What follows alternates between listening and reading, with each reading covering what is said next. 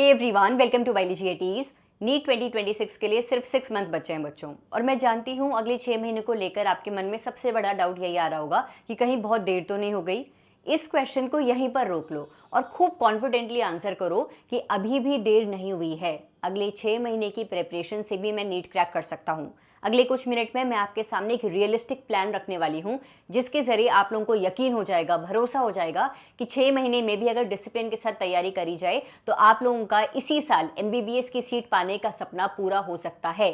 सारा खेलना मेरे बच्चे माइंडसेट का है। आपने एक बहुत ब्यूटीफुल कोट भी सुना होगा कि your thoughts create your reality. जैसा तुम अपने दिमाग में फीड करोगे उस तरीके से तुम्हारे एक्शंस होंगे, और वो एक्शंस उस तरीके का रिजल्ट तुम्हें देंगे। तो ये चीज़ सबसे पहले एक्सेप्ट कर लो कि भले ही मेरे पास टाइम कम क्यों ना है, लेकिन इस कम टाइम में भी अगर मैं फुल डेडिकेशन के साथ पढूं तो मैं एक अच्छी रैंक हासिल कर सकता हूँ। सबसे पहले तो हम एक हार्श रियलिटी, एक छोटी सी रियलिटी एक्सेप्ट कर लेते हैं कि हाँ भाई, आखिर के 6 महीने में पढ़कर AIR1, AIR2 या फिर टॉप 10 रैंकर्स, टॉप 100 रैंकर्स की लिस्ट में नहीं आया जा सकता। प्रैक्टिकली पॉसिबल नहीं है अनटिल और अनलेस तुम कोई ब्रिलियंट स्टूडेंट नहीं हो कि एक बार में एक पन्ना पढ़ा, उसे दोबारा पढ़ने की जरूरत ही नहीं पड़ रही है, तुम्हारा रिविजन भी एक बारी में हो जा रहा है। रियलिटी एक्सेप्ट करते हैं कि आखिर के 6 महीने की प्रेपरेशन से हम टॉप 10 रैंकर्स, टॉप 50 रैंकर्स की लिस्ट में शायद नहीं आ सकते। ठीक है, हम अभी ये टारगेट भी नहीं करेंगे। हम क्योंकि लेट शुरुआत कर रहे हैं तो हम ऐसा कर लेते हैं कि हमें एक गवर्नमेंट मेडिकल कॉलेज की सीट चाहिए। इतना तो प्रैक्टिकली पॉसिबल है ना अगले 6 महीने की प्रेपरेशन से। हम क्या करेंगे, जो चीज सच में एक्सेप्ट करना हमारे लिए आसान है उसको ही रियलिटी कंसिडर करते हुए एफर्ट्स पुट करेंगे। हमें पता है कि आखिर के 6 महीने में पढ़कर AIR1 नहीं लाया जा सकता है, जो कि कड़वा सच है। ठीक है भाई, हमने भले ही लेट शुरुआत करी थी, कोई बात नहीं, लेकिन इन 6 महीनों की प्रेपरेशन से बस हमें एक गवर्नमेंट मेडिकल कॉलेज की सीट दे दो और उस पर हमें काम करना है। अब क्योंकि तुम्हारे पास कम टाइम बचा हुआ है, इस कम टाइम में तुम्हें नेगेटिव थॉट, टॉक्सिक लोग जो कि तुम्हें कह रहे हैं अब तेरा कुछ नहीं हो सकता तो ड्रॉप ले ले, इन सभी चीज़ों को टाइम नहीं देना है। ऑलरेडी तुम्हारे पास टाइम कम है। इस कम टाइम में तुम्हारे दिमाग में सिर्फ 3 चीज़ें चलनी चाहिए। क्लैरिटी कि 6 महीने भी मेरा नीट क्रैक हो सकता है।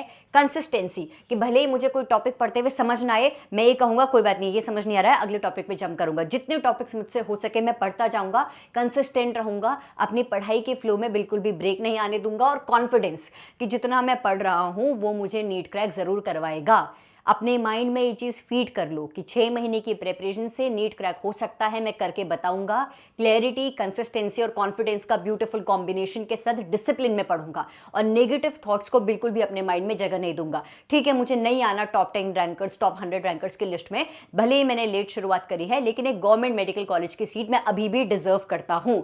तुम लोग ये मत सोचो कि तुम्हें 13 घंटे, 14 घंटे, 15 घंटे, 16 घंटे पढ़ना है। मैं इस चीज़ पर बिल्कुल भी बिलीव नहीं करती हूँ। तुम्हारा नीट में सिलेक्शन ये चीज़ डिसाइड नहीं करती कि तुम दिन भर में कितने घंटे पढ़ रहे थे। ये चीज़ डिसाइड करती है कि दिन भर में तुम जितने भी घंटे पढ़ रहे थे, क्या तुम स्मार्टली पढ़ रहे थे, फोकस्ड रहते हुए पढ़ रहे थे। तो तुम्हें 16 आवर्स की प्रिपरेशन पर फोकस नहीं करना है। Smart hours, dedicated hours, confidence के साथ, कंसिस्टेंसी के साथ पढ़ रहे उन घंटों पर फोकस करना है। हर दिन में तुम्हें 3 सवाल खुद से पूछने हैं कि आज मैं क्या नया टॉपिक पढ़ूंगा, आज मैं कौन सा पुराना टॉपिक रिवाइज करूंगा, और आज मैं किस टॉपिक से रिलेटेड क्वेश्चंस प्रैक्टिस करूंगा। इस तरीके से तुम्हारे दिमाग में एक छोटा सा प्लान रेडी होना चाहिए। अब सबसे पहले मेरे बच्चे, तुम्हें करना क्या है, सिलेबस को सेग्रीगेट करना है। ये मेहनत भी मैंने तुम्हारे लिए कर ली है।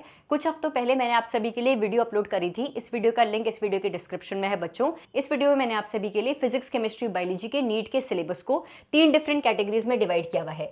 ईजी चैप्टर्स, मॉडरेट लेवल के chapters and difficult chapters.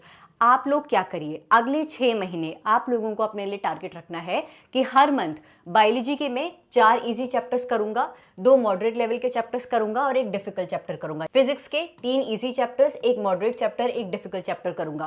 Chemistry के भी 3 इजी चैप्टर्स, एक मॉडरेट, एक डिफिकल्ट चैप्टर करूंगा। कहां से चैप्टर्स चूज करने हैं, इस वीडियो में मैंने सिलेबस सेग्रीगेशन की टेबल प्रोवाइड कराई है, वहां से टेबल को बनाना है और उस टेबल से फिर अपनी चॉइस से कोई भी चैप्टर्स चूज करने हैं। बायोलॉजी के 4 इजी, 2 मॉडरेट, एक डिफिकल्ट चैप्टर। केमिस्ट्री और फिजिक्स के 3 इजी, एक मॉडरेट, एक डिफिकल्ट चैप्टर। ये तुम्हारा मंथली प्लान रहेगा। इन मंथली टारगेट्स को तुम्हें वीकली टारगेट्स में डिवाइड करना है, वीकली टारगेट्स को डेली टारगेट्स में डिवाइड करना है कि डेली में बायोलॉजी, फिजिक्स, केमिस्ट्री के कितने चैप्टर, अगर पूरा चैप्टर नहीं तो एक चैप्टर के कितने टॉपिक्स पढ़ने वाला हूं, वो प्लान भी तुम्हारे पास होना चाहिए। देखो, नीट की प्रिपरेशन करनी है, बहुत शानदार तरीके से करनी है, तो एनसीईआरटी को मास्टर तो करना पड़ेगा। एनसीईआरटी की हर एक लाइन टिप पर होनी चाहिए, तभी जाकर तुम्हारा नीट क्रैक करने का सपना पूरा हो सकता है। अब अगले 6 महीने में एनसीईआरटी में दिए हुए वो कॉम्प्लेक्स टॉपिक्स और पैराग्राफ की फॉर्म में समझाए हुए टॉपिक्स हमें समझ तो नहीं आते हैं, इसलिए हमें नोट्स बनाने पड़ते हैं। लेकिन अगर तुम्हें लग रहा है कि 6 महीने में मैं नोट्स बनाऊं, पढ़ूं, रिविजन करूं या क्वेश्चन प्रैक्टिस करूं, इतनी सारी चीजें मैं कैसे मैनेज करूंगा, तो एनसीईआरटी का अगर तुम्हें रिफाइंड वर्जन चाहिए तो तुम ओसवाल बुक्स की NCERT NEET flex book use कर सकते हो बच्चों। फिजिक्स, केमिस्ट्री, बायोलॉजी तीनों सब्जेक्ट्स के लिए बुक्स अवेलेबल हैं। ये एक ऐसी किताब है जिसमें आप लोगों को एनसीईआरटी से हर एक टॉपिक के नोट्स पॉइंट्स की फॉर्म में मिलेंगे। एनसीईआरटी में दिया हुआ हर एक डायग्राम, फ्लो चार्ट, टेबल सब कुछ इंक्लूड किया हुआ है बच्चों।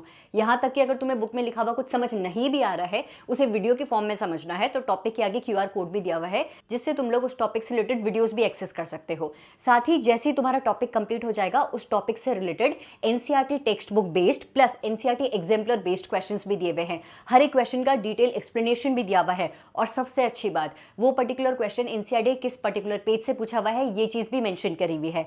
आप लोगों को चैप्टर के एंड में उस पर्टिकुलर चैप्टर से रिलेटेड नीट 2011 से लेकर 2025 तक के प्रीवियस ईयर क्वेश्चंस भी दिए हुए हैं।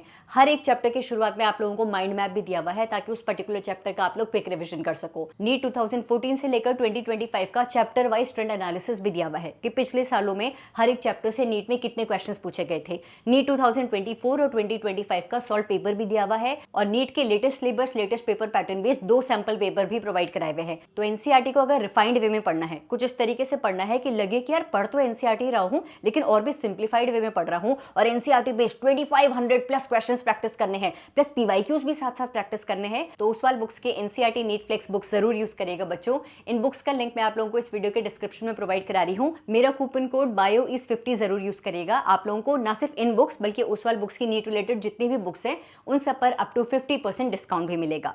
तो आप लोगों को क्या करना है, सिलेबस सेग्रीगेट करना है। सिलेबस सेग्रीगेट करने के बाद ये मिनिमम मंथली टारगेट आप लोगों का होना चाहिए। इन मंथली टारगेट को वीकली टारगेट्स को डेली टारगेट्स में डिवाइड करना है। अब स्टडी अप्रोच क्या रहनी चाहिए, मेरे हिसाब से एक दिन में तीनों सब्जेक्ट्स मत पढ़ो।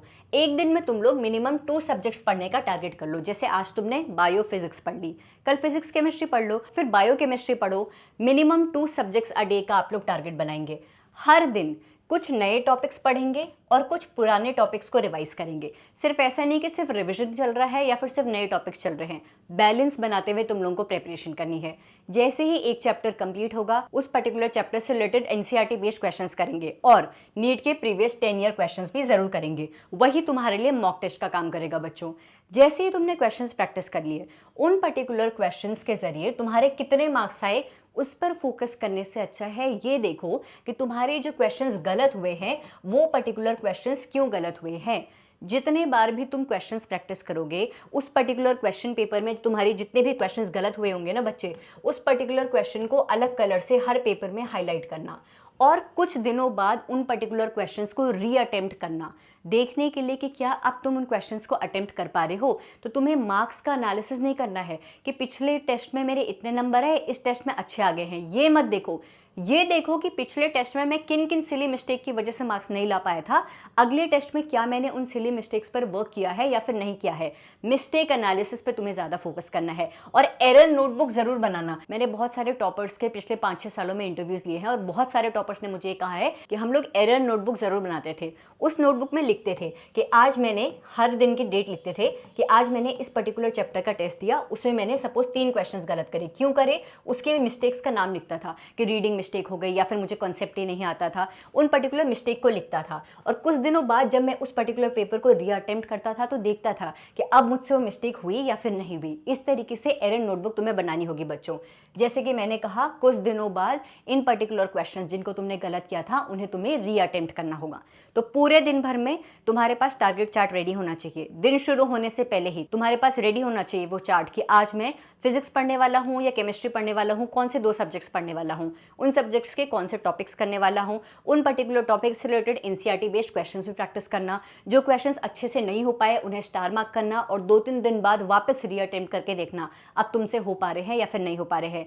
एरर नोटबुक जरूर बना के रखना ताकि एनालिसिस होता रहे कि क्या मैं अपनी कमियों पर वर्क कर भी रहा हूँ या फिर नहीं कर रहा हूँ। दिसंबर तक तुम ऐसे पढ़ो। 31 दिसंबर को नया साल शुरू होने से पहले तुम खुद को एक रियलिटी चेक दोगे कि पूरे नवंबर मंथ और दिसंबर मंथ में मैंने जितने भी चैप्टर्स अभी तक कंप्लीट करे हैं उन सभी चैप्टर्स से रिलेटेड क्वेश्चंस प्रैक्टिस करोगे।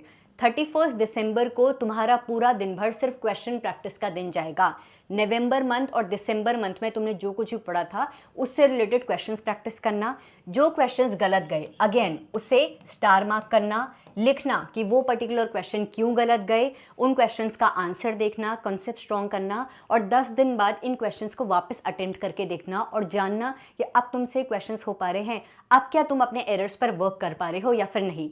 जनवरी, फरवरी, मार्च डिसिप्लिन थोड़ा और बढ़ेगा, थोड़ी और स्ट्रिक्ट प्रिपरेशन होगी। जो गलतियां पिछले साल हो गई थी नवंबर और दिसंबर मंथ में उस पर तुम्हें जनवरी, फरवरी, मार्च पर वर्क करना है ताकि तुम लोग अपना स्कोर इंप्रूव कर सको। और अप्रैल मंथ ऐसा जाएगा मेरी जान जिसमें अब तुम लोग पुराना पढ़ा हुआ जितना तुमने मार्च तक पढ़ लिया है उसका सिर्फ और सिर्फ रिविजन करोगे, उससे रिलेटेड क्वेश्चंस प्रैक्टिस करोगे। और अप्रैल का आखिरी हफ्ता 25 अप्रैल से लेकर 30 अप्रैल तक, 30 अप्रैल तक तुम लोग फुल सिलेबस मॉक टेस्ट देना शुरू कर लोगे। इस तरीके से नवंबर से लेकर अप्रैल तक का आप लोगों का प्लान जाने वाला है। इन शॉर्ट आपको करना क्या है, अगले 6 महीनों में जितना हो सके आपको एनसीईआरटी मास्टर करने पर फोकस करना है।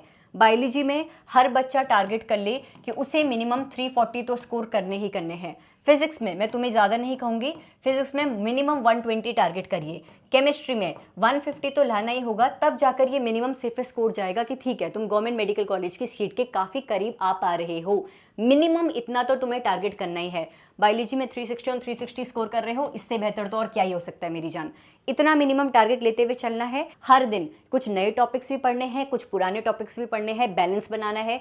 चैप्टर कंप्लीट होते ही chapter wise NCERT based questions करने हैं और रिवीजन पर फोकस करना है। नीट में सिलेक्शन उसका नहीं होता जो कि सिलेबस पूरा कंप्लीट कर लेता है। नीट में सिलेक्शन उसका होता है जिसने जितना भी सिलेबस पढ़ा है उसको अच्छे से रिवाइज भी करा है, उससे रिलेटेड क्वेश्चंस भी प्रैक्टिस करे हैं।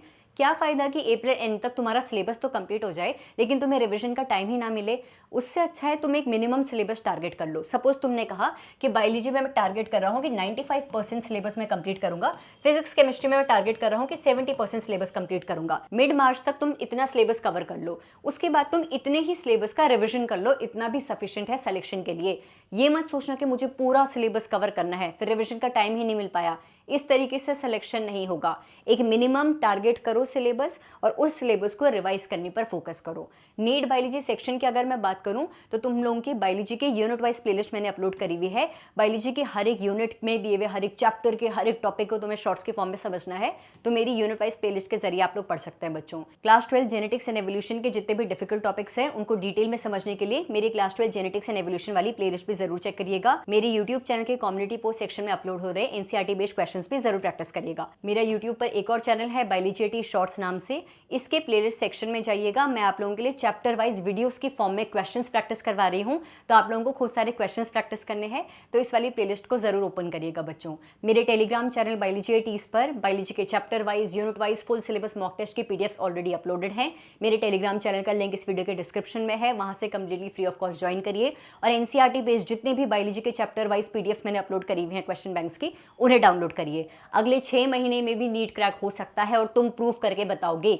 Mention it in the comment section of this video. I will definitely crack NEET 2026 in 6 months. Mention it in the comment section. Thank you so much for watching this video and stay tuned for upcoming videos. Thank you.